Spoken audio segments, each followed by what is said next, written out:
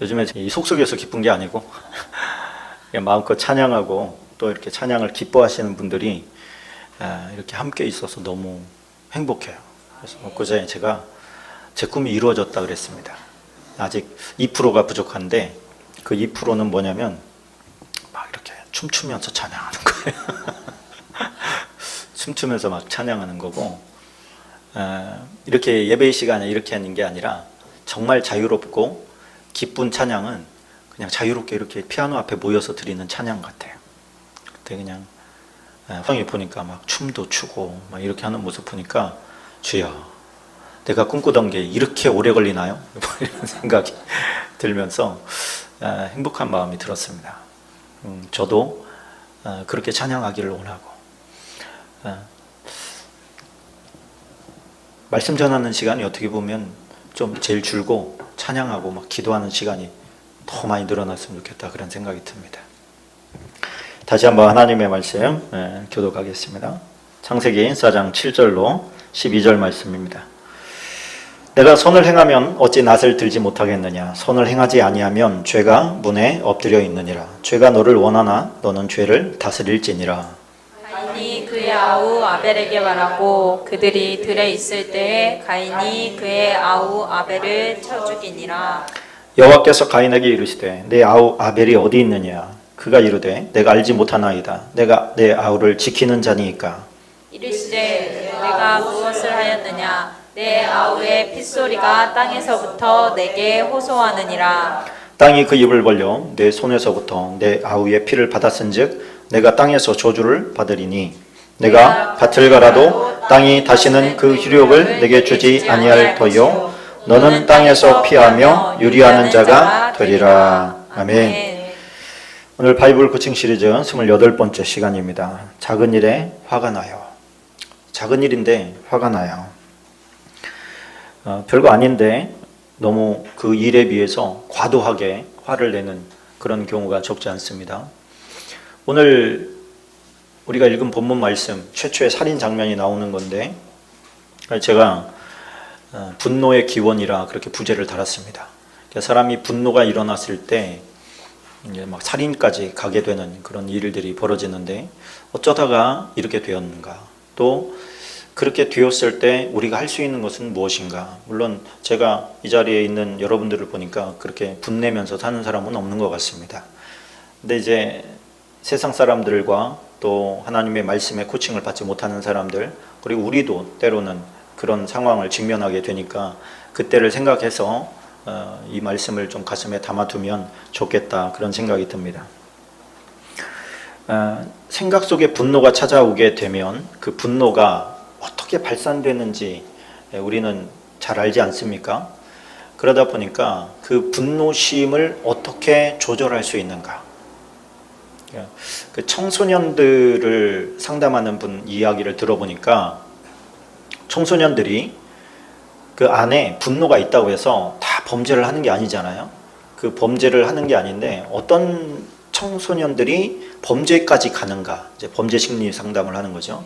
이렇게 봤더니 도화선이 부모님일 경우가 많았어요. 부모님이 이혼을 했다든지 달상 싸운다든지 이렇게 됐을 때 그들이 그 자신들의 분노를 정당화시키는 거야, 거기다가. 그래서 부모님이 뭐라고 해도 듣지를 않아요. 당신이나 잘 사세요, 속으로 그러고 있지 듣지를 않는 거죠.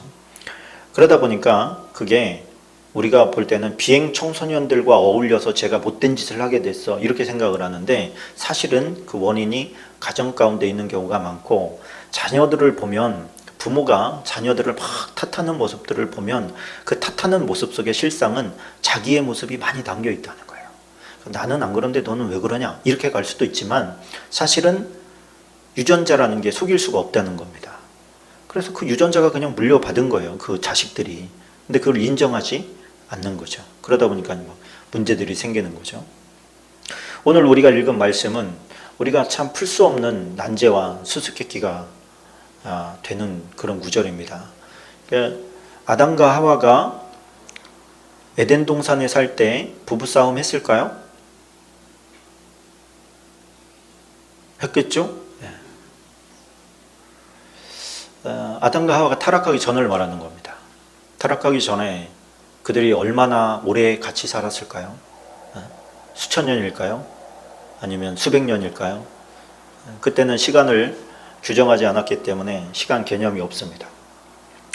그런데 그들이 그 오랜 세월을 함께 하면서 부부싸움을 하지 않았을 겁니다.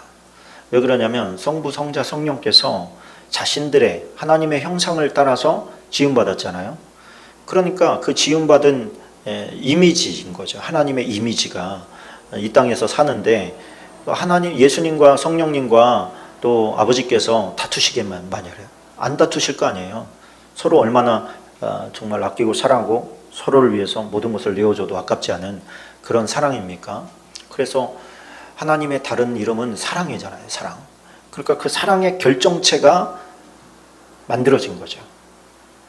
안 싸웠을 거라고 생각을 합니다. 지금 우리는 그게 뭔지 잘 모르죠. 그죠? 안 싸우고 산다는 게 뭔가. 근데 싸우지 않았을 겁니다. 그런데 선악과를 따먹는 순간에 죽음이라는 게 들어왔어요. 죽음이라는 게 들어왔고 그 죽음에 사람으로서 처음 죽음이 아벨의 죽음입니다.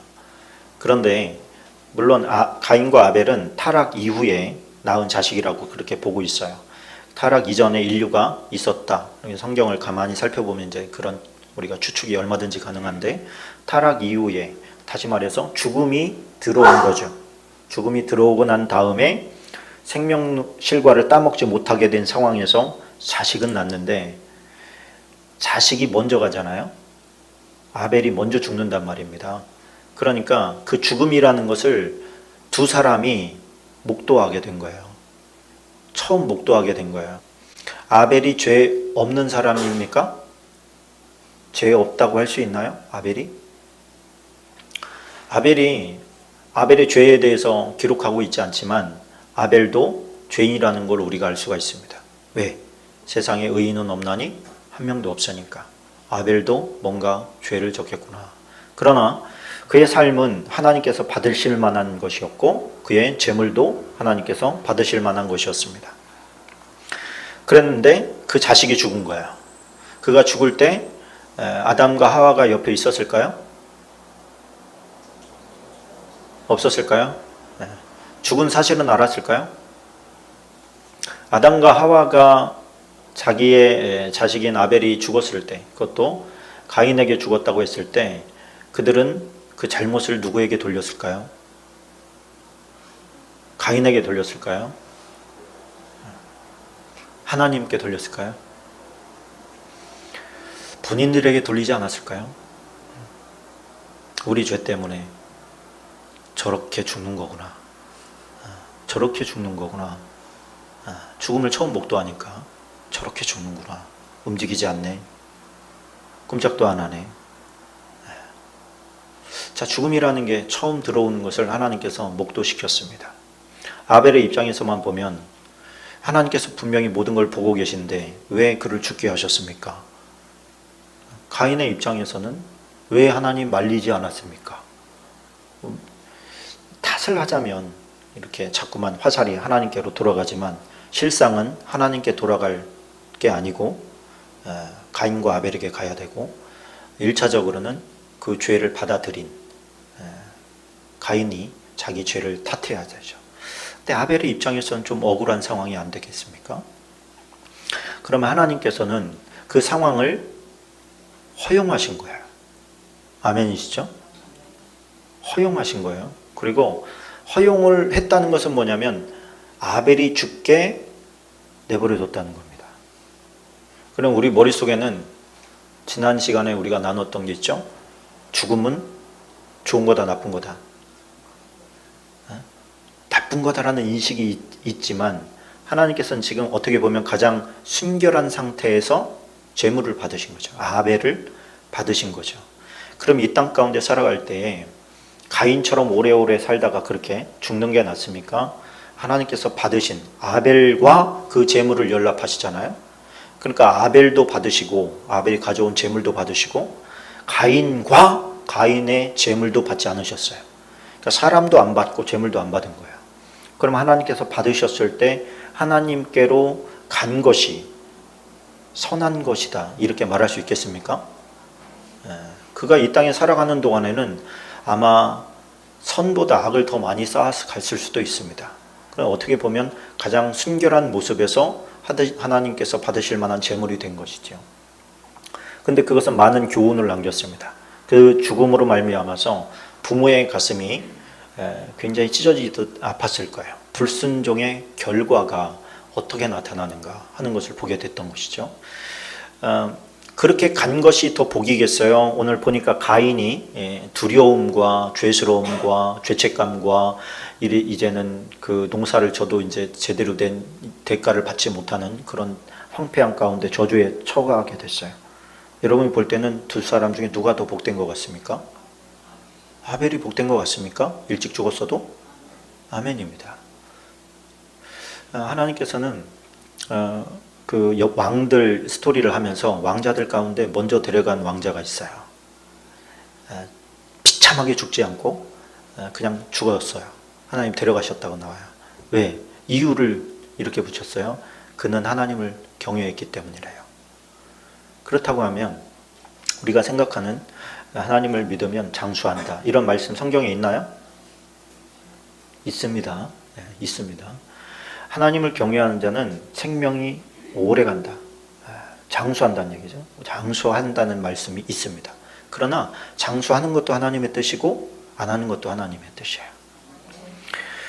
자, 다시 오늘 제목으로 들어옵니다. 나는 작은 일에 화가 나요. 작은 일뿐만이 아니라 큰 일에도 화가 나죠. 그건 뭐냐면 인격이 하나님께서 주신 인격에서 부서졌다는 뜻입니다. 부서졌어요. 근데 성경을 보니까 하나님께서는 망가진 인격을 그냥 그대로 사랑하시는 게 아니고 그 인격을 수리하시더라는 거예요. 마음을 지으신 분이기 때문에 어디가 어떻게 고장났는지를 알아요.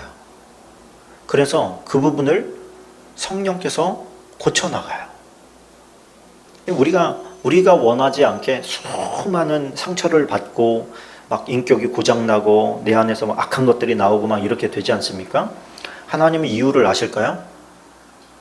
아시죠, 당연히. 아시죠. 그러면 우리가 흔한 말로 어쩔 수 없이 라고 하는 거 우리 많이 들잖아요. 그렇게 되니까 어쩔 수 없이 그렇게 되더라. 이런 당위성. 근데 하나님께서는 그걸 인정하시냐? 인정하지 않는다는 거예요. 인정하지 않는다. 오늘 본문을 보니까 7절에 보니까 이렇게 되어 있습니다. 같이 읽어볼까요? 내가 선을 행하면 어찌 낯을 들지 못하겠느냐? 선을 행하지 아니하면 죄가 문에 엎드려 있느니라. 죄가 너를 원하나 너는 죄를 다스릴지니라. 자, 여기서 보면 너가 그 마음의 분노를 잘 다스려야 된다라고 하는 개념이 아니에요. 물론 그런 개념이 근본에 깔려 있지만 여기서 말하는 건 뭐냐면 포인트는 뭐냐면 선을 행하라는 거예요. 선을 행하라. 우리의 개념은 악을 행하지 말아야지 개념인데 성경은 선을 행해야 악이 무너진다는 거예요. 그러니까 가인의 실패의 원인은 뭐냐면 그의 삶 가운데 선을 베푸는 게 없는 것이 문제였다는 거야. 선을 베풀지를 않아요. 손해 보려고 하지 않는다는 거죠. 그런데 하나님께서는 뭐라고 그래요? 선을 행하지 아니하면 죄가 문 앞에 엎드려 있다. 그의 발목을 잡고 넘어뜨리려고 잡아뜨리려고 문 앞에 엎드리고 있다는 거예요. 죄가. 그런데 네가 선을 행하면 어떻게 돼? 선을 행하면 악을 이길 수 있게 되는 거죠. 우리가 베드로전서 3장 21절을 같이 한번 읽어볼까요? 시작. 물은 예수 그리스도께서 부활하심으로 말미암아 이제 너희를 구원하는 편이 곧 세례라. 이는 육체의 더러운 것을 제하여 버림이 아니요 하나님을 향한 선한 양심의 간군이라. 우리가 개역 개정으로 바뀌면서 약간 뒤가 달라졌어요. 선을 따라가는 거다. 선을 행하는 것이다. 이렇게 되어 있어요. 이게 뭐냐면은 오늘 보니까 육체의 더러운 것을 제하여 버림이 아니라는 거예요. 우리의 육체의 더러운 것은 우리 안에 있는 더러운 것은 있는데 이 더러운 것을 우리는 씻어낸다 이런 표현을 하는데 그 씻어냄은 선으로 나아감을 때 벗어진다는 얘기예요. 그러니까 우리가 생각할 때 우리는 그저 더러운 것을 씻어내는 정도에서 계속 만족한 삶을 살려고 합니다. 하나님께서는 적극적으로 선을 행해서 악을 물리쳐 나가는 것을 원하시는 것이죠. 우리는 악을 떨쳐내기를 원하는 게 아니고 선을 행하기를 원하시는 거예요. 이게 어떤 게 더 쉬운 것 같습니까? 선을 행하는 게 훨씬 더 쉬운 일이에요. 악을 떨쳐내려면 악을 묵상할 수밖에 없어요. 그 악에 대해서 자꾸 생각하게 돼 있어요.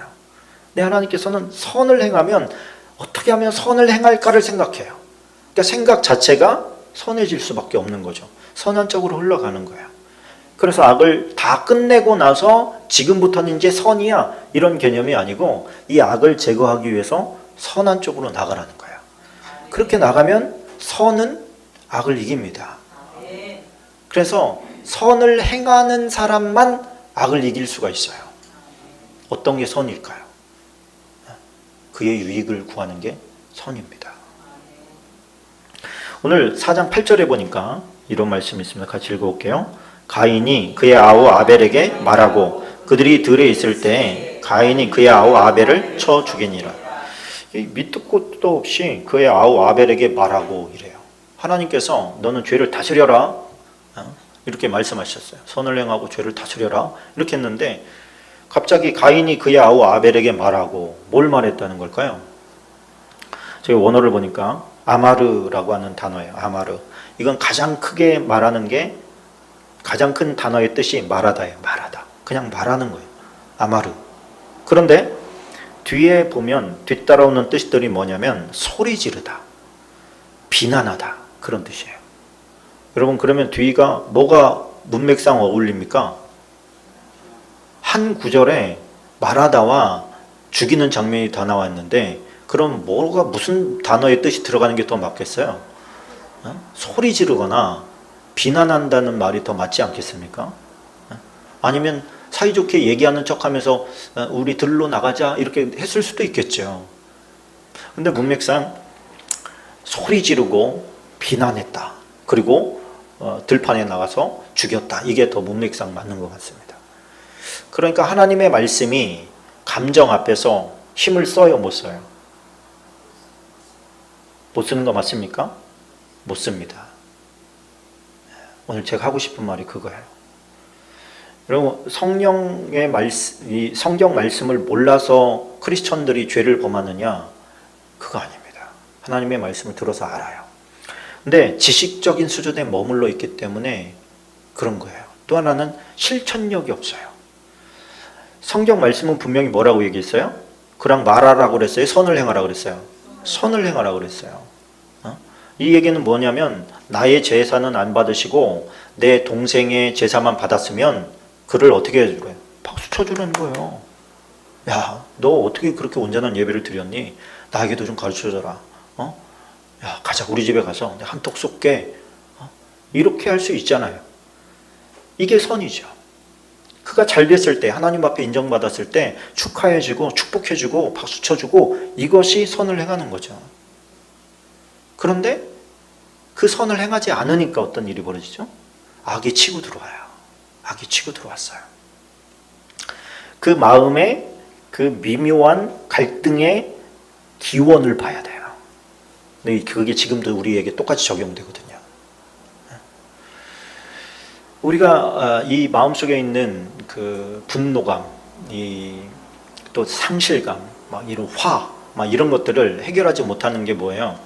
하나님의 말씀이 없어서가 아니라 그럴 능력을 잃어버린 거예요. 지금 이미 가인 때 잃어버린 거예요. 가인 때 잃어버렸어요. 그러면 그 가인 때 잃어버린 그 상태에서 지금까지 계속 누적되어 온 거 아니겠습니까? 그러니까 이게 얼마나 강력해요. 지금은 얼마나 강력해요. 그래 이 상태로 간다면 저와 여러분도 가능성이 없는 거죠. 근데 오늘 주제가 뭐예요? 바이블 코칭이에요. 할렐루야. 하나님의 코칭이에요. 이 코칭이 없으면 우리는 죽습니다. 이 코칭을 받아들이는 사람만 살아갈 수 있는 거예요. 역전이 가능한 거예요. 그래서 우리 마음속에 화를 내게 하는 사람이 있잖아요. 우리가 뭐 결혼하신 분도 있고 안 하는 사람도 있지만 결혼을 한 사람들은 뭐 가끔 싸우는 사람도 있고 좀 자주 싸우는 사람도 있고 날마다 싸우는 사람도 있고 부모 자식 간에도 그런 관계가 될 수 있고 자식과 부모도 그렇게 될 수 있죠. 그 친구들 사이에서 뭐 약간 막 비위에 거슬리는 말을 한다거나 그러면 참기 힘들고 막 이런 게 누구나 있단 말입니다. 운전할 때 끼어들면 막 차에서 내리고 이런 마음의 근본은 뭐냐면 내 안에 선한 것이 없다는 거예요. 내 안에 선한 게 없어. 그러니 어떻게 우리가 이기겠습니까? 그걸 돌파하겠습니까? 선으로 나가겠습니까? 힘이 없는데, 능력이 없는데. 그래서 제가 이 바이블 코칭을 준비할 때 보면 항상 결론은 한 곳으로 가요. 그게 어딜까요? 그게 성령이에요. 그게 성령. 성령이 모든 문제 해결의 근본이시더라고요. 그래서 성령께로 가야 돼. 성령께로. 근데 성령께로 가야 되는데 어떻게 가느냐? 예배의 자리로 오고 말씀의 자리로 가고 기도의 자리로 가는 것 외에 동행해야 돼요. 하나님과. 성령님과 동행해야 돼요. 계속해서 일상의 기도가 뭐가 좋습니까? 저는 가장 행복감을 느낀다 그럴까? 행복하고 즐거운 시간이 이렇게 성경 읽으면 방언 기도하면서 성경 읽는 거예요. 이렇게. 그럼 그렇게 마음이 좋아요. 행복하고 감사하고 막 이렇게 행복이 느껴져요. 근데 일하면서도 이게 늘 하나님과 저는 방언 애찬론자인데 방언으로 기도할 수 있다는 게 얼마나 큰 은혜냐 이런 생각을 해요. 일을 하면서도 운전을 하면서도 뭐 다른 걸 만들면서도 늘 기도할 수 있다는 게 이게 얼마나 큰 은혜인가. 그리고 그 기도가 허공에 떴다가 사라지는 기도가 아니라 내 마음을 변화시키고 나를 개간시키고 성숙하게 만들어요. 옛날에는 대학교 때부터 제가 기억이 나는데 이 말씀을 준비하다가 논쟁에서 져본 적이 별로 없어요. 논쟁에서 지면 승질내니까 제가 그러니까 사람들이 얼마 안 되는 지식으로 막 이렇게 말에 앉으니까 사람들이 이제 그냥 알았다 그러고 이제 가면 내가 이겼구나 이렇게 생각을 한 거죠. 지금 생각하니까 뭐예요? 상종을 안 한 거예요. 저를 쟤한테 물리지 마. 쟤는 피해 가야 돼. 그러고 그냥 그래 그러고서 그냥 갔던 거죠. 마음속에 온유와 겸손이 없이 싸나움이 있었던 거죠. 한번 해볼래? 뭐 이런 거죠. 그런데 그런 것들은 선이 아닙니다. 이거는 오히려 악한 것이죠. 이겨서 뭐 어떻게 하겠다는 거예요? 뭘 어떻게 하겠다는 거예요? 이기면 그 사람이 바뀝니까? 사도 바울이 아덴에서 논쟁에서 이기고 나서 아무런 열매 얻지 못한 거랑 똑같은 것이죠. 여러분 말싸움에서 이기면 뭐 할 거예요? 그거 인류 역사에 빛납니까? 근데 침묵하면 하나님께서 이기게 하시더라고요. 하나님이 이기게 하시는 거지 우리가 침묵했다고 이기는 게 아니에요. 하나님께서 변화를 이끌어내시는 거죠. 성령께서 하나님 내 안에서 이 자꾸만 올라오는 화의 문제, 분노의 문제 이거 안 됩니다. 그래서 사람은 안 변한다 이런 말이 나오는 거예요. 근데 하나님의 말씀과 기도가 이만큼 바뀌게 하시더라고요. 저는 저를 보니까 바뀌고 있어요. 예전에 제가 아니야. 그리고 앞으로 어떻게 갈지 모르겠지만 또 저도 실수하고 또 잘못도 하겠지요. 그러나 예전에 비할까 지금은 그것이 현저히 줄어있는 것을 발견하게 됩니다. 이게 성령께서 하신 일이기 때문에 그런 거죠. 이게 저한테만 역사하실까요? 이 자리에 있는 여러분에게도 또 이 방송을 듣고 있는 그분들에게도 동일하게 역사하실 줄로 믿습니다. 우리 갈라디아서 말씀 같이 한번 읽어보겠습니다. 한 절씩 교독합니다. 갈라디아서 5장 14절로 26절입니다. 온 율법은 내 이웃 사랑하기를 내 자신같이 알아 하신 말씀에서 이루어졌나니 만일 서로 물고 먹으면 피차 멸망할까 조심하라. 내가 이르노니 너희는 성령을 따라 행하라. 다시 한번 너희는 성령을 따라 행하라. 그리하면 육체의 욕심을 이루지 아니하리라. 육체의 소욕은 성령을 거스리고 성령은 육체를 거스르나니 이 둘이 서로 대적하므로 너희가 원하는 것을 하지 못하게 하려 함이니라. 아멘. 잠깐요. 우리의 몸을, 우리를 삼위 하나님께서 만드셨다 그랬습니다. 삼위 하나님께서 우리를 창조하셨는데 그 창조하실 때, 창조하시고 나서 성령님과 우리와 부딪힘이 있었을까요? 없었죠. 왜? 만드시고자 하는 대로 만들어졌으니까. 그때는 문제가 없었어요. 서로가 서로를 찾고 만나고 행복했던 거죠. 근데 지금은 어때요? 성령은 육체의 소욕을 거스르고 부딪힌다는 얘기예요. 서로가 상반된 곳으로 치닫고 있다는 거예요. 성령은 이쪽으로 끌고 있고 육체는 이쪽으로 끌고 있다는 거예요. 그러니까 성령과 우리의 육체는 대결 구도라는 겁니다. 지금은 성령께 순종하고 굴복하는 게 어려운 일이 되어버렸다는 거예요. 그러니까 그 일을 가려면 그 작정을 해야 돼요. 어떤 작정? 성령께 순종하겠다. 말씀에 순종하겠다. 이것이 나가지 않으면 그 싸움은 없는 겁니다. 시작도 하기 전에 지는 거죠.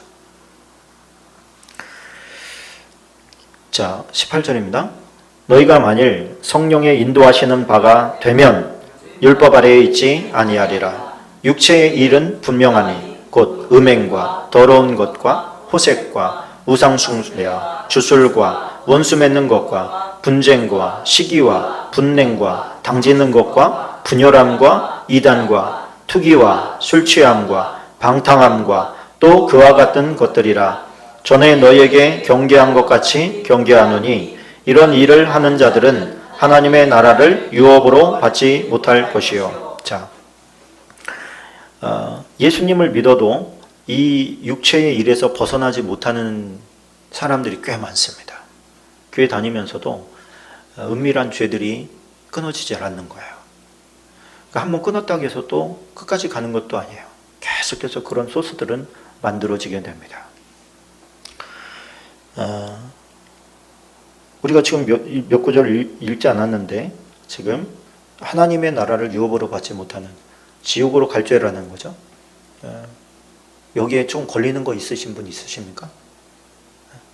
뭐라고는 묻지 않겠어요.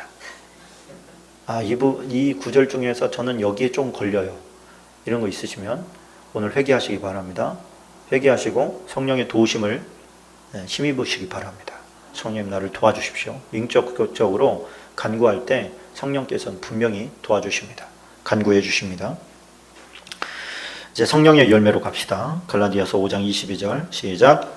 오직 성령의 열매는 사랑과 희락과 화평과 오래 참음과 자비와 양성과 충성과 온유와 절제니 이 같은 것을 금지할 법이 없느니라. 그리스도 예수의 사람들은 육체와 함께 그 정욕과 탐심을 십자가에 못 박았느니라. 만일 우리가 성령으로 살면 또한 성령으로 행할지니 헛된 영광을 귀하여 서로 노엽게 하거나 서로 투기하지 말지니라. 아멘. 여러분, 예수의 사람들은 내 육체와 함께 정욕과 탐심을 십자가에 못 박았는 줄로 믿습니다. 죽었다는 얘기가 아니에요. 못 박혔다는 얘기예요. 못 박히면 둘 중에 하나입니다. 죽든지 발광을 하든지. 발광하기 전까지는, 죽기 전까지는 발광을 합니다. 그 노력이 우리의 애씀이 되어야 될 줄로 믿습니다. 주여, 저는 못 바뀌었지 아직 안 죽었습니다. 그래서 아직도 제가 그지 같습니다. 그러니 나를 좀 도와주십시오. 내가 성령으로 살기를 원합니다. 나 미운 사람, 그에게 선을 베풀어 주기를 원합니다. 그를 축복해 주기를 원합니다. 그래서 내 선이 악을 이겨나갈 수 있게 도와주십시오. 헛된 영광, 이 땅의 영광 구하느라고 서로 분쟁하며 싸우지 않게 해주십시오. 내 마음을 내려놓고 예수님의 마음 담게 인도해 주십시오. 할렐루야. 그래서 나의 마음 속에 있는 하나님께서 원하시지 않는 그런 쓴뿌리들을 가져가 주십시오. 그리고 성령님으로 채워주십시오. 우리가 기도할 때 성령께서 도와주시리라 믿습니다. 우리 한 10분 정도 간절히 이 부분 놓고 함께 기도하겠습니다.